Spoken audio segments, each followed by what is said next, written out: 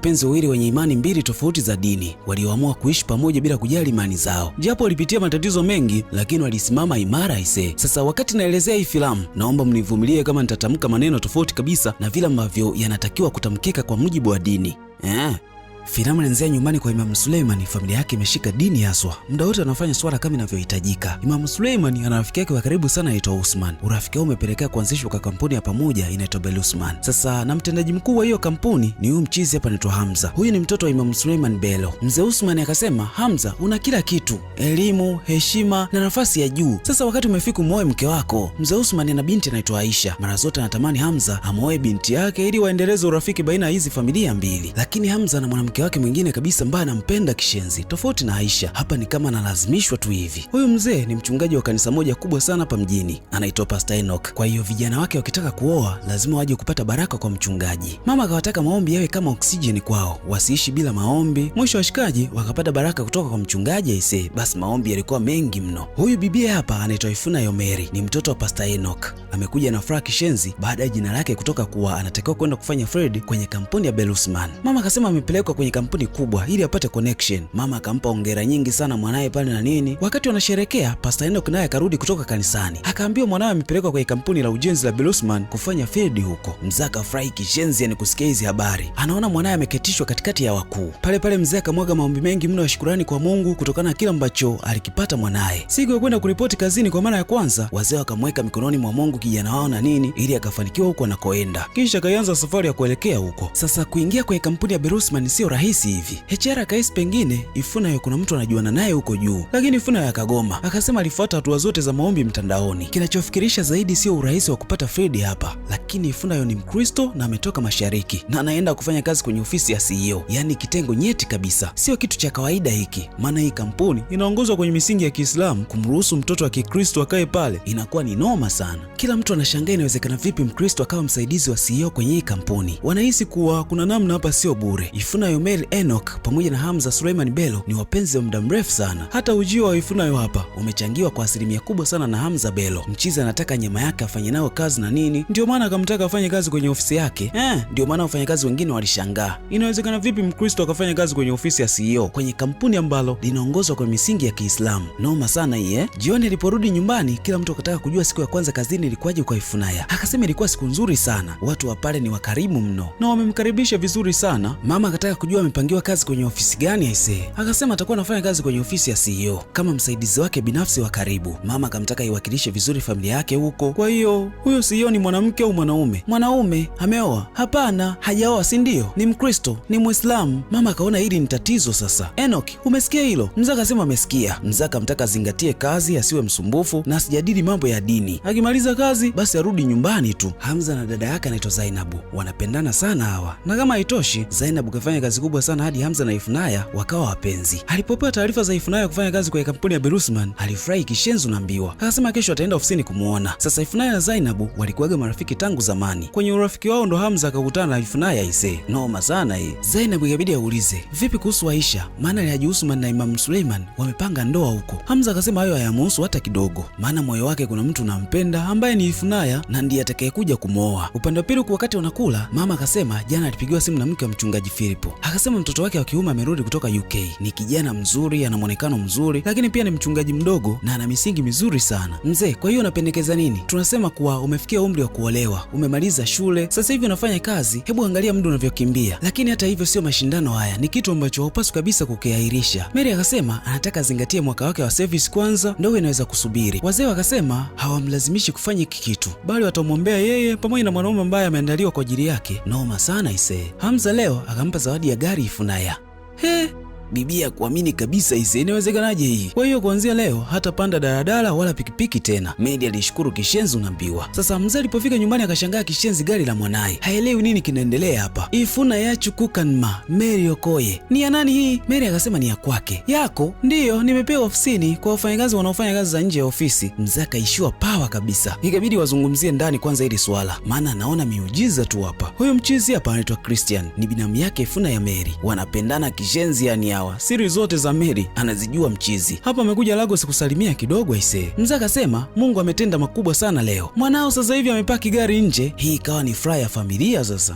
Kuna familia ikifanikiwa mtu mmoja tu, yani ni kama wote wamefanikiwa. Huyu anaitwa Aisha, ni mwanamke ambaye anatakiwa kuolewa na Hamza. Yani Zainab anajua kabisa Hamza hawezi kumwoa Aisha, lakini anampa moyo tu. Nikwambie tu kwamba anayejua kuwa unaolewa au hauolewi ni wifi au mashemeji. Jaribu kukaa nao vizuri hao watu, watakwambia kila kitu. Leo Aisha amekuja kushtaki kwa mama yake Hamza kuhusu tabia za mchizi, maana mchizi amekuwa hamjali kabisa bibie. Mama akasema Hamza ni mtu mzuri sana, unaijua kazi yake ilivyo, kampuni inamhitaji sana siku hizi. Zainab akasema inawezekana yupo kwenye pressure ya miradi mipya. Bila kuwakosea heshima, miradi haiwezi kuchukua miezi mingi vile. Mzee wangu anamiliki nusu ya kampuni ya Berusman. Kama Hamza akiamua leo kuomba mapumziko ya mwezi mzima, hakuna atakayemzuia. Zainab akasema inawezekana kuna mambo yake binafsi tu yanambana. Zainab akatoka nje ili aongee na simu. Aisha kinachomuumiza ni kama anapambania penzi kwa mtu ambaye hamtaki kabisa, yuko busy na maisha yake tu. Mama akasema ataongea na mwanae usiku wa leo. Pale Hamza kaingia. Mama akasema anataka kuongea naye, lakini mwana akawa amesepa, hana muda kabisa na Aisha ise. Aisha akamfuata Hamza chumbani kwake. Hamza akasema kabla hujasema chochote, sipo tayari kwa hayo mambo. Ndio nini sasa? Umekuwa ukisema hivi kwa muda mrefu sasa. Shida ni mimi au kuna kitu nimekukosea? Uzuri wangu hautoshi au sikuvutii au kuna mtu mwingine? Mchizi alikuwa kimya tu. Kama unaye mwingine unaweza kumwoa pia. Hata Qur'ani inasema unaweza kuoa mwanamke zaidi ya mmoja kiasi chochote unachokitaka. 2, 3, 4, sioni tatizo liko wapi. Aisha, najua Qur'ani inachokisema. Najua inachosema kuhusu udhalimu. Ndio maana mimi binafsi siwezi kuoa wanawake 2, 3 au 4 kwa sababu nitatakiwa wote ni wajali sawa. Nimechagua amani. Unamaanisha nini Hamza? Kwamba siwezi kukupa amani? Kwani nimekukosea nini? Tatizo sio wewe. Naweza kukuuliza? Aisha akakubali. Unanipenda? Aisha akakosa majibu aise. Mchizi akajua hichi anachokifanya ni kwa ajili ya familia na sio upendo wa dhati ambao unatoka moyoni. Noma sana aise. Haji Usman leo akaja na hasira kishenzi nyumbani kwa Imam. Anataka kujua kinachoendelea kati ya mwanae na Hamza. Maana Hamza amekuwa akikwepa swala la sherehe ya uchumba ya Aisha. Imam akasema Hamza ni mtu wa mipango sana. Mipango gani hiyo? Ndoa sio mradi. Mimi na wewe ndo tunajua huu muunganiko na maana gani. Kwa ajili ya familia zetu, mwendelezo wa urithi, muunganiko wetu sio wa biashara tu. Ni kuhusu jina na heshima kwenye huu mji.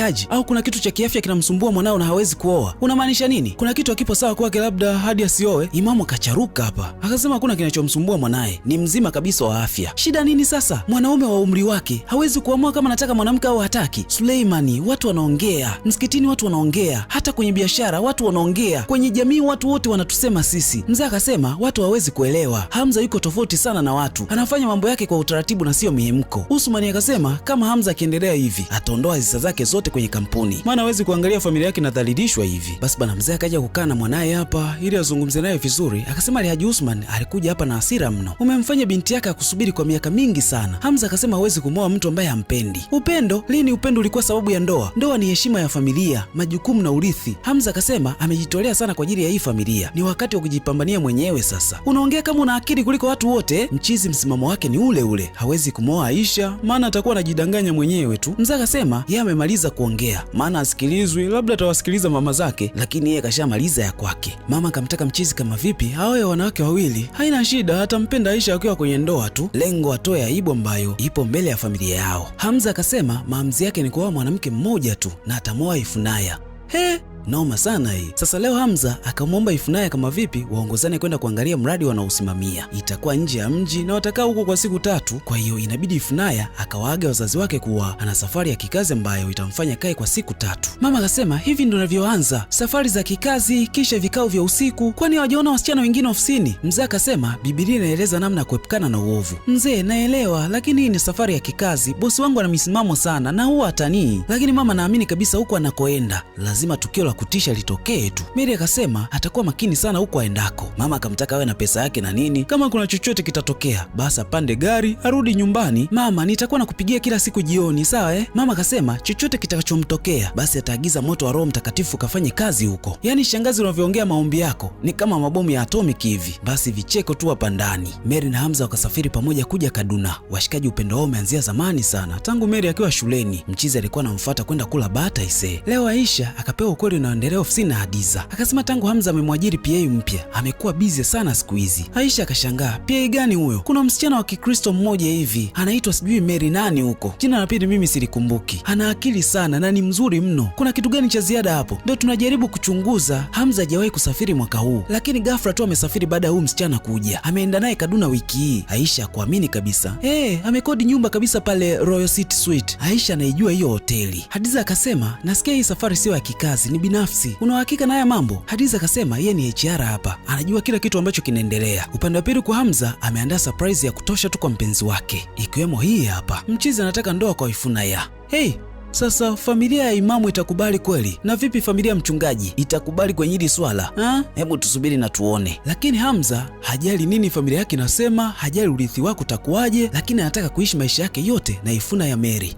Ifunaya Mary Okoye. Kisha akapiga goti kuomba uchumba hapa. Ifunaya naye akakubali mazee. Safari ya penzi la hawa ndege wawili likazidi kunoga mazee. Noma sana ise. Licha ya familia zao kutokuwapa sapoti, lakini Christian na Zainabu wanawapenda sana na wanawapa sapoti mno. Hata walipoona pete ya uchumba basi walienjoy kishenzo na mbiwa, wakawapa pongezi nyingi mno na nini vitu kaizo mtu wangu. Waliporudi nyumbani, Zainabu akataka kujua, wazee wakijua kamvisha pete ya uchumba Mkristo itakuwaje. Hamza akasema yeye hajali hilo, anachokijali ni moyo wake tu. Zainabu akasema hatakuwa naye bega kwa bega. Hamza akataka hili libaki siri kati yao aise, asiseme kwa mtu mwingine yoyote yule hadi muda utakapofika. Penzi la Hamza na Ifunaya likawa shata hadi ofisini mazee. Lakini bibie pete huwa anaivaa akifika ofisini tu, akiwa nyumbani hawezi kuivaa maana wazazi wake hawana hizi taarifa. Wakiwa wamekaa hapa, akaingia Aisha akawafuma anatekenyana hapa. Alipomtazama Ifunaya akaona pete mkononi mwake. Alipiga kelele kishenzu na mbiwa. Kumbe mwana kamvisha pete mwanamke mwingine hapa. Sisi tumechumbiana, kwani umemchumbia na yeye? Huyu ni Mkristo, anaelewa mambo ya mitala, au ni mpagani ambaye umemchukua huko njiani? Umeniaibisha kwenye ofisi nzima, umekuwa ukinikwepa miaka yote bila sababu za msingi, halafu namchukua huyu muibo, huyu malaya ili umuoe. Ifuna ikabidi aondoke tu. Bora ujue mapema, familia yako haiwezi kumkubali yule Mkristo, hawezi kuishi kwenye hii dunia yetu. Hamza yupo tayari kufanya chochote kwa ajili ya upendo alionao kwa Ifunaya. Hamza akamtaka Ifunaya amtumie message mama yake kuwa harudi nyumbani leo, kuna kazi anaifanya ofisini, kwa hiyo atalala hapa ofisini. Ifunaya naye akafanya hivyo. Lengo wazungumze kuhusu hatima mahusiano yao. Sasa Aisha akaja nyumbani kwa mama yake Ifunaya ili kuzungumza naye kuhusiana na Ifunaya. Mwanangu Ifunaya, nahisi kila kitu kipo sawa, si ndio? Aisha anachokitaka mama yake Ifunaya ajue kuhusu binti yake nini ambacho anakifanya. Akasema mwanawe Ifunaya anatembea na mchumba wangu Hamza Bello. Mama akamjua Hamza ni mtoto wa Imam Suleiman Bello. Aisha akasema ndiye CEO wa kampuni ya ujenzi ya Belusman. Mwanao anafanya kazi na Hamza kama PA wake na wamekuwa kilala pamoja kwa muda sasa. Mama haamini kabisa hizi taarifa. Mama akapewa ubuyu mwingi kishenzi yani. Akaambiwa Ifunaya amekuwa akisafiri na Hamza mara nyingi tu pamoja na mitoka ya mara kwa mara usiku. Hata hivyo amemnunulia na gari kama mke wake vile. Haya niambie, hivyo ndo mtoto wa mchungaji anapaswa kuwa? Mama akasema mwanae amezaliwa upya katika Kristo na ana hofu ya Mungu. Kampuni imempa gari kwa kazi yake. Hata mme wangu anajua pia hilo. Aisha akasema amekuja kumwonya mama ili amuonye mwanae akae mbali kabisa na mme wake, la sivyo Abuji itampa somo ambalo ni gumu sana kulielewa. Mama akapatwa na wazimu. Hebu fikiria, mtoto wa imamu amemwoa mtoto wa mchungaji. Utakuwa ni ushuhuda mzuri kanisani Hebu subiri. Tumsifu Bwana. Kanisa, tumsifu Bwana. Nipo hapa kutoa ushuhuda kwa neema za Mungu. Mtoto pekee wa mchungaji Enoch amekuwa akitoka kimapenzi na mtoto wa imamu. Hiyo nzuri sana kwa ajili ya Jumapili, si ndio? Mama alifoka kishenzi kisha Aisha akanyanyuka zaka kasepa. Asalamu alaikum. Maleko salamu mwenyewe. Sasa Ifunaya akarudi asubuhi akamkuta mama na mzee wako macho. Akasema alikuwa busy sana na kazi akalala huko. Mama akafikiri pengine alichoambiwa jana ni cha kweli aisee. Ifunaya akauliza, nani aliyesema? Aisha Usman, msichana ambaye unatembea na mchumba wake. Ifunaya akasema wao ni wapenzi tu, hawajawahi kulala pamoja. Kwa hiyo umekuwa ukitudanganya kwa hii nyumba kwa miaka yote hiyo. Umekuwa ukitudanganya kuhusu kazi yako, nafasi yako na kampuni, si ndio? Ifunaya akasema amemjua Hamza kitambo sana tangu akiwa shuleni. Ni mtu mwema sana yule. Mama akajua amekuwa akidanganywa kwenye kila kitu. Ifunaya akasema anampenda sana Hamza. Huu ndo upendo, kuzamisha jina la familia kwenye matope. Mzee akamtaka achane kabisa na huu upuuzi. Akamtaka kama vipi hata kwenye hiyo kampuni asiende tena, na chochote anachokimiliki kutoka kwenye ile kampuni arudishe. Haya mambo ni mazito mno kwa Ifunaya. Mzee, yule sio adui, nampenda Hamza. Kwa hiyo umemchagua yeye mbele ya familia yako, mbele ya imani yako. Maandiko yanaeleza Wakorinto wa pili sura 6 mstari wa 13 na kuendelea, msifungamane nira pamoja na wasioamini kwa jinsi isivyo sawasawa. Kwa maana pana urafiki gani kati ya haki na uasi? Tena pana shirika gani kati ya nuru na giza. Matendo 15:9 inasema kuwa wala hakufanya tofauti kati ya sisi na wao, akiwasafisha mioyo yao kwa imani. Umeelewa tofauti? Umekosea. Kwa nini Mungu aliwakemea Waisraeli kwenye Kumbukumbu la Torati 7:3 na kuendelea huko? Inaeleza kuwa hawapaswi kuoa kutoka mataifa yanayowazunguka, wasije wakapotoshwa wakaacha kumtumikia Mungu wao, waanze kutumikia miungu mingine tu. Kingine, Mfalme Solomoni, mtu mwenye maarifa makubwa, kwenye Wafalme wa Kwanza hakutia agizo katika Kumbukumbu la Torati, akaoa wanawake wengi, akajikuta naabudu miungu mingine tu. Kwa hasira Mungu akauvunja ule ufalme wa Solomoni, ufalme ambao alimwahidi Daudi baba yake Solomoni. Mungu hana upendeleo na ana upendo. Warumi 2:11. Upendo nilionao kwa Hamza hauwezi kuniondolea mlichonifundisha. Naona shetani ameushika moyo wako, lakini sikiliza, ikifika kesho haujavunjavunja hayo mahusiano yako, hautakuwa mwanangu tena. Mzee kamaliza ise. Ifuna atafanya nini hapa? Mama alimlilia sana Mungu. Anaona shetani ameingia nyumbani kwake ise. Noma sana hii. Huku Hamza naye amewekwa mtukati. Ni kweli umelala msichana wa Ibo? Ni kweli kuwa unalala mtoto wa mchungaji kutoka mashariki, si ndio? Hamza akasema kulala naye ni haramu, na hata dini ya Ifunayo ni dhambi. Ukweli ni kuwa ameshamchumbia na huwa anakumbatiana na kuwa pamoja tu. Mzee akashangaa, nini kimekupata Hamza? Umeisahau dini yako? Umeisahau Qurani? Usiikaribie zinaa wala kumshika. Hamza, umesahau ni mtoto wa nani? Hamza akasema Ifunayo ni mpenzi wake na hakuna kosa hapo. Kuwa pamoja hakuna shida kwenye imani yake, kitu ambacho ni sawa na mimi pia. Mzee akamtaka achane na huu ujinga kabisa. Unaenda kumwoa Aisha kama tulivyopanga. Pale mzee akampiga marufuku Ifunayo kwenda kwenye kampuni yake. Mzee, hauwezi kunichagulia wa kumpenda. Nimezifuata sheria zako maisha yangu yote. Ni wakati wangu kufanya maamuzi yangu na mimi. Mzee akasema ikiwa niko hai, hakuna mwanangu atakayemwoa msichana wa Kikristo kutoka mashariki. Pale mama naye akaingia, anataka kujua kinachoendelea hapa, maana akasikia kelele tu. Mzee akampa stori kwa ufupi sana, lakini Hamza akakaza yupo kwenye penzi zito na Ifunayo. Mzee kuanzia hapo akamkataa kabisa mchizi, sio mwanaye tena. Mama aliomba sana, lakini mzee amekaza tu, yani kaamua. Hamza alichokiomba kwa mama yake ni maombi tu, akaacha kila kitu kwa ajili ya Ifunayo. Washikaji walichokifanya ni kwenda kufunga ndoa ya kiserikali, na wasimamizi wao walikuwa ni Christian pamoja na Zainabu. Noma sana ise. Kuna wakati maamuzi magumu yanahitajika ili kuipata furaha yako ya kweli. Watu wakasaini kandarasi pale, picha zikapigwa na kumbukumbu zikabaki kwenye vitabu ise. Ifunayo akarudi nyumbani amefunga ndoa tayari. Kila mtu alikuwa amenunu na sio mama wala mzee, sura zimekunjamana vibaya mno. Ifunayo akasema leo ameoana na Hamza na hakurudisha pete ya uchumba kama alivyoambiwa.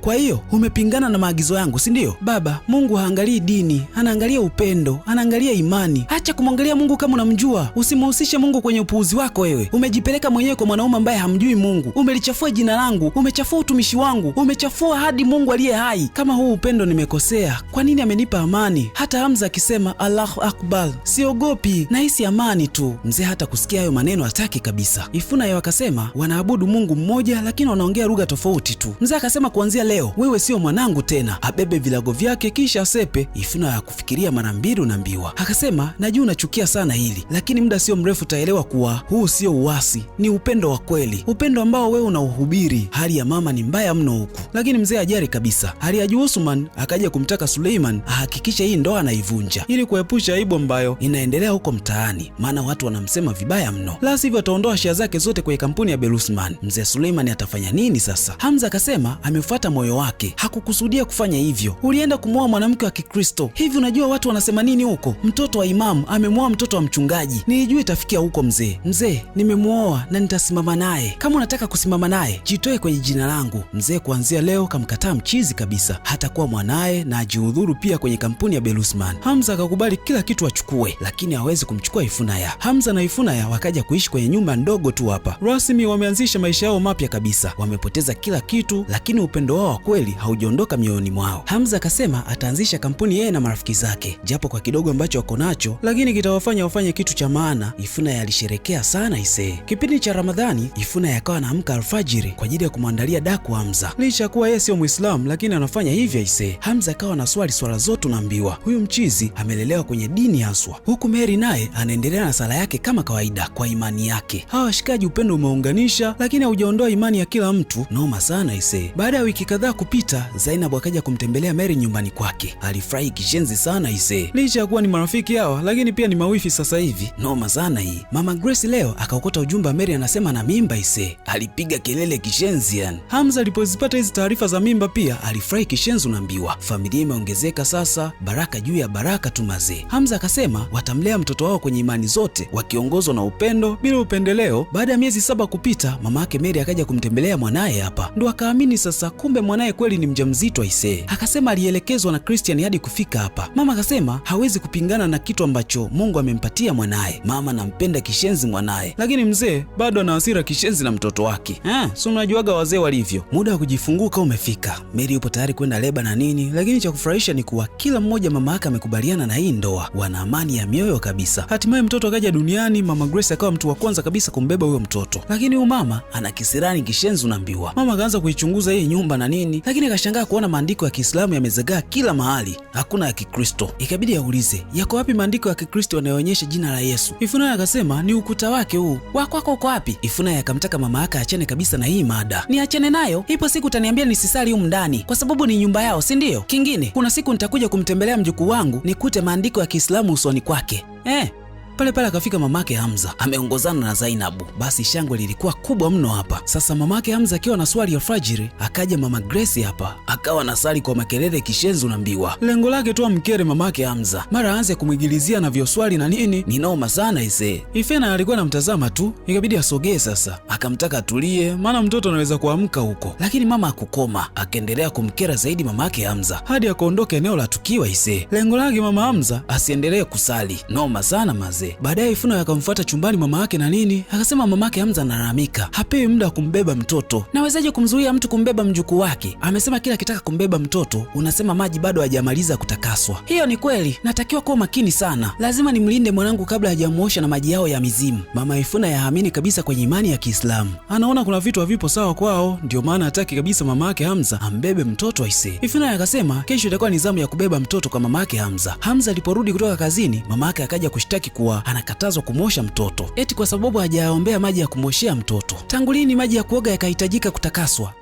Mama, unapaswa kuelewa wanavyofanya mambo yao. Halafu leo asubuhi wakati anasali, nilisikia anasema moto, moto, moto. Nikafikiri nyumba inaenda kuwaka moto. Mama, nakuomba kwa jina la Allah. Hivyo ndo wanavyosali. Waelewe na uwavumilie tu. Sasa hii ndo kubwa zaidi. Nilipotaka kumbadilisha daipa mtoto, akanikataza. Akasema nataka kuvunja nguvu ya uchafu, siyo yaombe na nini. Hicho ndo nini sasa? Hamza akamtaka awe mvumilivu tu mama aka ise. Sasa kila siku ikawa rugagonga na kwenye kusali. Huyu anasali kimya kimya, mwingine anasali kwa sauti. Ili mradi tu akerane. Pale Ifunaya akamleta mtoto ili mmoja amlishe. Mama Hamza akamwahi na nini, lakini mama Ifunaya naye akagoma. Wakaanza kumgombania mtoto sasa. Kila mmoja alikuwa anamtaka. Ifunaya akaona aondoke tu na mwanae, maana hii sasa ni vita. Wazee wakabaki wanashindana tu kwa kupiga makelele aise. Sasa chakula cha leo amepika mamake Ifunaya. Zainabu akamsifia kishenzi yani. Huyu hawezi kusema, wewe mwanamke wa Ibo kutoka mashariki. Kusini mashariki tunapika vizuri mno. Sisi sio kama wengine wanaweka vitu kwenye maji tu, halafu wanasema eti wamepika supu. Hata sisi wanawake wa kaskazini tunajua kupika na kinakuwa na ladha hasa. Halafu tunapika kutoka moyoni. Hatuweki pilipili nyingi kama nyie. Unaweza kula chakula bila pilipili? Halafu subiri, kuna kitu umenikumbusha. Uniniita mwanamke mfupi, si ndio? Sasa nakwambia hivi, nitasimama kwenye kichwa chako, nianze kugalagala. Nitakupiga picha hivi ulivyo sasa hivi, nimtumie Alhaji. Haujajifunika mwili wako na wanaume wanakuja tu hapa. Hili likamchoma sana mamake Hamza. Nitashughulika naye humu ndani. Wakaanza kubishana hapa. Ikabidi Zainabu aingilie sasa. Akabadilisha mada kabisa. Akasema na habari njema, nasafiri kwenda Kaduna kesho kwa ajili ya nikaa. Mama Ifuna yakaa hajui maana ya nikaa ni nini. Umesema nikaa? Neka. Vyovyote vile ina maana gani hiyo? Hamza akasema ni ndoa ya Kiislamu. Mama akasema hiyo ni nzuri sana. Umefunikwa na damu ya Yesu Kristo. Hebu angalia. Hii ndo tunaiita ndoa sasa. Unaenda nyumbani kufunga ndoa halali, sehemu ambayo wazazi watakuwepo, familia itakuwepo, wanakijiji pia watakuwepo. Wazee wanakupa baraka nyingi sana. Hongera sana. Sio kama wengine wanafanya za kwao tu nyuma ya nyumba. Mama Hamza akasema ndoa ni ndoa tu. Hata kama ikiwa ni ndogo au kubwa, kinachohitajika ni ile amani inayopatikana nyumbani. Unadanganya. Ndoa inapaswa ifanyike kwenye njia sahihi. Kila mtu ashuhudie, wazazi wawepo na kila mtu wepo. Mama, unamaanisha nini? Ulimuiba. Yes, ndo alimfuata. Usilete ujinga wako hapa. Ndoa ni ndoa tu. Mlifuata taratibu za ndoa, mlilipa mahali, hamjafanya chochote kile. Hamza akashindwa kuendelea na msosi aise. Mama yake akapiga kelele kishenzi unaambiwa. Kwa hiyo mume wako ndo yuko hivyo, akichukia anasimama anaondoka, si ndio? Wakati mama Hamza akiwa jikoni, mama Ifuna yakaja. Kazi yake ni kuponda tu. Hii ni Mia ni Kuka, moja ya supu nzuri zaidi kule kwetu. Hii ndo nzuri, inaonekana kama matope hivi. Haya si matope yamechanganywa na nyama. Nikwambie hii ni supu imetengenezwa na majani ya mbuyu. Ni nzuri sana kiafya hii. Ina madini ya chuma na vitamins. Usije kuleta huu puuzi karibu na mjukuu wangu, sawa? Ni kila hiki lazima mimi nikaombewe. Bora hiki chakula kitakuponya mwili wako kuliko chakula chako kinachokufanya unenepe ovyo na upate pressure bure. Michambo ikawa mingi sana hapa. Kila mmoja alikuwa anavutia kwake. Sasa mama Ifunaya akaanza kushusha moto hapa. Mama Hamza naye akakimbilia kwenye maji ili auzime huo moto. Huyu anamwagia maji mwenzake, mwingine anampiga na matonge ya ugali huku anaita fire. Vituko tupu naambiwa. Wakati mama Ifuna anaongea na mume wake, akaambiwa anapaswa aache ugomvi, atengeneze amani kwenye nyumba ya mwanae. Akatakiwa aonyeshe upendo kwa mamake Hamza na kila mtu aliyoko ndani. Hamza leo akataka kuzungumza na wazee wake kuhusu jina la mtoto. Kila mmoja akapendekeza jina lake pale na nini. Lezi akasema baada ya kusali sana na kuomba, akapewa jina la Emmanuel, yani Mungu pamoja nasi. Mama Hamza akasema aitwe Abdurrahman Hamza Bello. Inamaanisha mwingi wa rehema, hata malaika watamheshimu huyu. Hilo jina ni refu sana. Kabla hajamaliza kujifunza kuliandika, atakuwa maliza shule, halafu linaonekana kama dawa ya kikohozi hivi. Bora hili jina sio la wote kama Emmanuel. Bora linafahamika mbinguni pia. Hamza akaona anachokitaka akipati hapa, ikabidi asepe tu kwa hasira unaambiwa. Sasa mamake Hamza leo kuna filamu alikuwa anaitazama, sauti ilikuwa juu kishenzia na anaenjoy tu. Muda huo mamake Ifunaya alikuwa amekula pose pembeni tu anamvutia upepo. Pale pale akaingia Hamza, akashangaa kuona familia yake na amani hivi. Hivi ndo unasema kuna amani? Hamza, hii ndo unaiita amani? TV inavyopiga makelele kama wanawake wa sokoni. Hakuna amani hapa Hamza. Na angalia filamu. Kwani ni kosa langu wewe kutokupenda furaha? Hii unaiita furaha? Hiki ndo kimekuwa kikiendelea tangu asubuhi. Anabadilisha filamu za kihausa tu. Sielewi kwa nini majirani ya walalamiki na hizi kelele. Hamza akamtaka mama yake kama vipi apunguze sauti ya TV. Wanatulipia umeme. TV ni yao. Hata Mungu hapendi makelele. Makelele ni dhambi kwa Mungu. Ni bora uzime kabla hujaitoa nguvu ya Mungu ndani. Kama hapendi kelele, yes mnapiga mziki kanisani. Kwa hiyo umeanza kuongelea vibaya mziki wa kanisani, si ndio? Wewe mwanamke mfupi kama kidonge, nitakukalia kichwani. Na mimi nitasimama kwenye kichwa chako. Nitahakikisha na kushusha chini hadi ufe. Wakati wanabishana hapa, Ifuna yakapiga kelele chumbani. Alikuwa anasema mtoto apumui aise. Ikabidi wote waelekee huko. Hali ya mtoto ilikuwa mbaya sana. Madaktari walikuwa wanapambana sana kuhakikisha anapata uhai tena ise. Kila mtu amechanganyikiwa unaambiwa. Mama Ifunaya akampigia simu mume wake ili aje eneo la tukio. Mama Hamza naye akaagiza Imamu Suleiman aje hospitali. Kweli bana, Pastor Enoch akafika eneo la tukio na nini, akaungana na familia yake. Baada ya muda, Alhaji Suleiman naye akafika eneo la tukio. Hamza amelelewa kwenye hekima sana ise. Akamwonyesha mzee wake heshima zote unaambiwa. Licha kuwa walikuwa wamegombana hapa. Alhaji akatoa maombi yake kuwa aliyempa uhai mtoto basi atamrejeshea tena. Dokta akaleta taarifa kuwa mtoto ni mzima. Kila mtu akashukuru Mungu kwa imani yake unaambiwa. Lakini hali yake ni mbaya sana. Kila mtu akasizi tena. Dokta akasema ana tatizo linaitwa hypoplastic left heart syndrome. Huu ni ugonjwa wa moyo ambao upande mmoja wa kushoto wa moyo haukui vizuri. Kwa hiyo sasa hivi moyo hauwezi kusambaza oksijeni ya kutosha kwenye mwili wa mtoto. Kwa hiyo tunafanyaje? Tunahitaji upasuaji wa haraka wa moyo. Ifuna yakataka kuzimia mazee. Mtoto mdogo lakini anaenda kufanyiwa upasuaji aise. Noma sana hii. Dokta akasema kinachohitaji hapa ni maombi yao ya pamoja tu. Mama Ifuna yakasema watasali. Unajua sisi madaktari ni binadamu tunapambana kadri ya uwezo wetu. Sehemu iliyobaki tunamwachia Mungu afanye kazi yake. Watu wakaingia kwenye maombi tena. Wakati upasuaji unaendelea kufanyika, kila mmoja akawa nasali kivyake vyake kwa imani yake hapa. Walisali kwa muda mrefu sana mazee. Kila mmoja alikuwa analia na Mungu wake anavyojua. Pale pale akaja daktari, akasema upasuaji umeenda vizuri. Kila mtu akashangilia kinoma. Maombi yao yamejibiwa sasa mazee hapa. Si mnaona Pale pale daktari akaletewa habari nyingine tena za kutisha. Mtoto amezidiwa tena.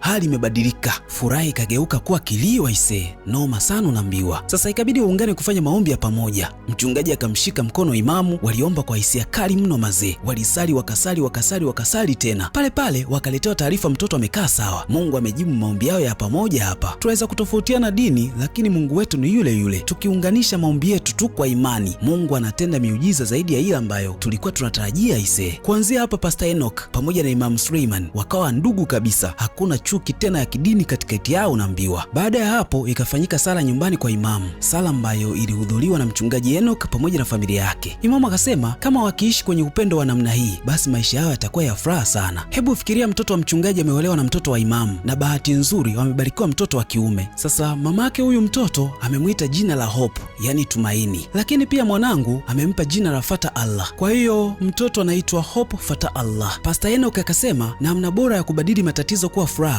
ni kuondoka kwenye eneo la udini kwenda kwenye upendo na imani. Hapo ndo tunaweza kuona kila kitu ambacho kinatuzunguka ni kizuri kwetu. Imamu na mchungaji wamekuwa familia moja sasa. Imamu akatoa baraka nyingi sana kwa vijana wake waende wakamlee mtoto wao vyema, Hope Fata Allah. Mchungaji akasema hata Yesu mnamuita nani nyie? Kwenye Qurani ni Isa.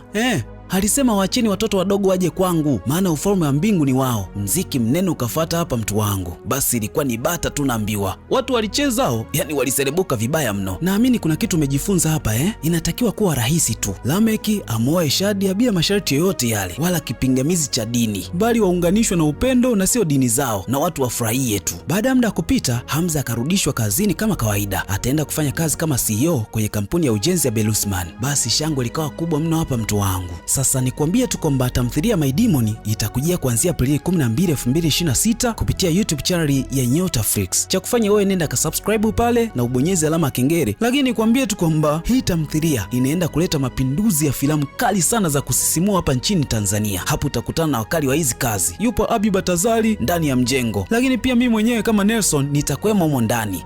Bisinta si unamjua? Hebu kula kionjo hicho kwanza, halafu tukutane Aprili 12, 2026 kwenye YouTube channel ya Nyota Flix. Najua hii vita kubwa peke yako wewe huwezi. Kawaida yetu ni kutoa kafara kila wakati. Leo usiku nimeota ndoto mbaya sana. Ni kukataza kufanya kitu usifanye. Bado hujatuambia mpaka lini utakuwa umejipanga kutoa kafara. Umempoteza mwanamke wako wa kwanza, wa pili, wa tatu, mpaka sasa hivi wa 7. Familia yangu mimi inaendekeza sana imani za kishirikina.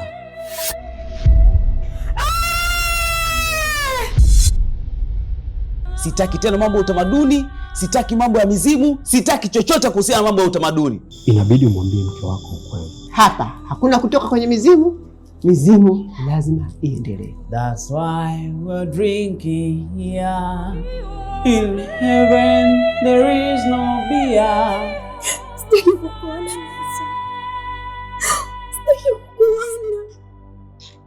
Sitaki.